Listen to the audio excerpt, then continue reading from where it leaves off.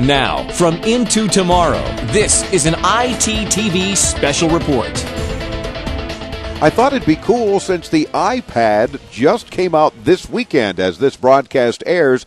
What do you think of the iPad? Well, Jason and our own Rob Almanza think different things. So, Jason Burns' broadcast debut, he's our director of research and a writer on the program, does a whole lot with Into Tomorrow, traveling with us on many remotes, etc., has an interesting and strong opinion, as does our buddy Rob Almanza. So it's time to get their take on the iPad. What do you think? Take it away, Rob.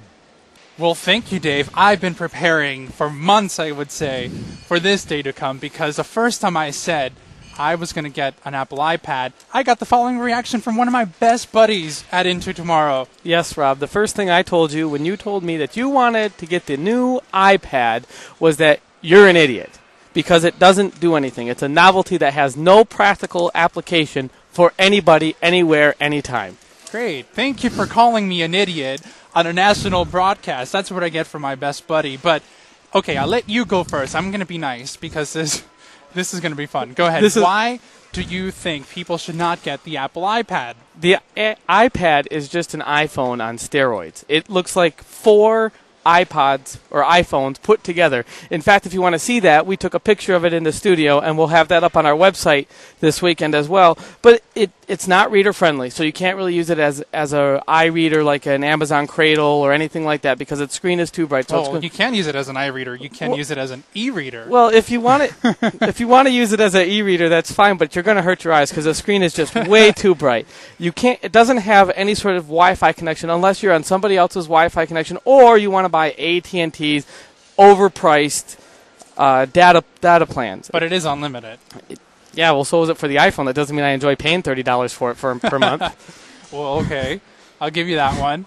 I mean, but if you're saying that the display is too bright, people can wear sunglasses. I wear my sunglasses at night. Great. So when I'm sitting on an airplane on our way to Las Vegas, which will probably be our next spot for our remote, I'm going to sit there with sunglasses on the plane so I can hold my iPad so I can read a book. Why wouldn't I just get the Amazon Cradle?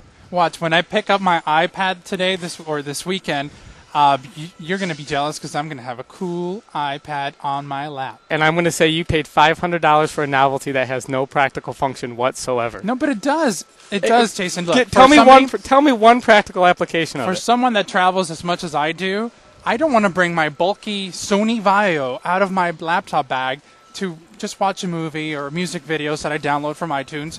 I want a nice tablet. I've always liked tablets. I used to use a tablet. But you just sleep on planes anyway, so what's the difference? When I don't sleep the night before, sure, but sometimes I'm awake and I want to enjoy my music because I'm going to load it up with music, videos, even your picture. Although, I don't know if I'm going to put pictures of You're not going to put my picture on there? I don't know, because maybe I will, but I'll put the no symbol sign on your face. And I want everyone to realize that I am not an anti-Apple person. I have an iPhone. I love my iPhone. I'm very excited for the next generation of iPhone to come out. I'm waiting for it to come out, so hopefully I can stay with the iPhone. I just got a brand new Apple laptop, so I'm not anti-Apple or anti-Mac. I just don't see the practical sense of spending $500 for, if you want to even call it then just a netbook, why not go out and buy an Acer netbook for $299 or a much cheaper netbook, which will do the exact same thing and is half the cost? They're not as pretty as the iPad. So it's all about prettiness. It's just got to be pretty. Well, that's what you do with... You heard it first from Rob Almanza. It's got to be pretty. With Apple products, to me, they're just beautiful, and I will pay the price for it.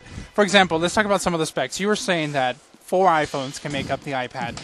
Probably in the size, but the screen, you're going from a 3.5-inch screen on an iPhone to a 9.7-inch screen on the iPad. So it's only 3 times as large, so it's not even 4 iPhones. I was being generous. Well, but you know what? You know what? I'm going to pay for an oversized iPhone because that's what I want. Now, I am not going to pay for AT&T's unlimited service. I just want the Wi-Fi version. In fact, I'm getting the 32-gigabyte one, just Wi-Fi. But they have iPhones that are 32 gigabytes. Sure, but with the iPhone, though, I have all my music library on it, but it doesn't take the whole storage capacity. But I'm going to be downloading movies, so it's going to take more space. And that's what I want my iPad for. I want it for movies. email, plus all the accessories that you can buy for it. I'm excited for the docking station that has a keyboard on it, because I may use that in the studio instead of bringing my laptop. Hold on. So it's $500 for the iPad, and now you're going to buy a docking station so it can do the same functions as a $300 netbook. You're just wow, great idea. What do you do for a living? Because I want your income, because clearly I'm not doing the right job. Well, I do have 2 jobs, but let's not talk about that. Anyways, no, but the storage capacity, an iPhone offers 16 gigabytes and 32 gigabytes right now. The iPad is going to give you 16, 32, up to 64 gigabytes. And how much is a 64 gigabyte hard drive going to cost you on the iPad? Well, it's about $800. I think it's $829. $829 for the top of the line with unlimited data from AT&T. You're going to pay $829. I am getting the $600 one with. $600. Yes, 32 gigabytes. I want those extra 16 gigabytes. Well, but guys, for you listening, do you agree with Jason, who says the iPad is stupid and I'm being an idiot by getting it? Or do you agree with me? Do you think it's pretty and it's worth it for those that travel? Now, hold on just a second. I didn't call you stupid. I didn't call you an idiot. I just said it has no practical purpose, and it's not worth the $500 when you have netbooks that do the same thing at half the price. To me, it's sexy, and I'm getting it. By the way, don't forget you can listen to all 3 hours of Into Tomorrow by visiting our website at intotomorrow.com. Streaming is provided by streamguys.com. We want you to call, though. We want to hear from you. Call right now, 1-800-899-INTO, 1-800-899-4686, and let us know if you agree with Jason or with me. By the way, we'll be back in our Miami studios next week, so join us Into Tomorrow.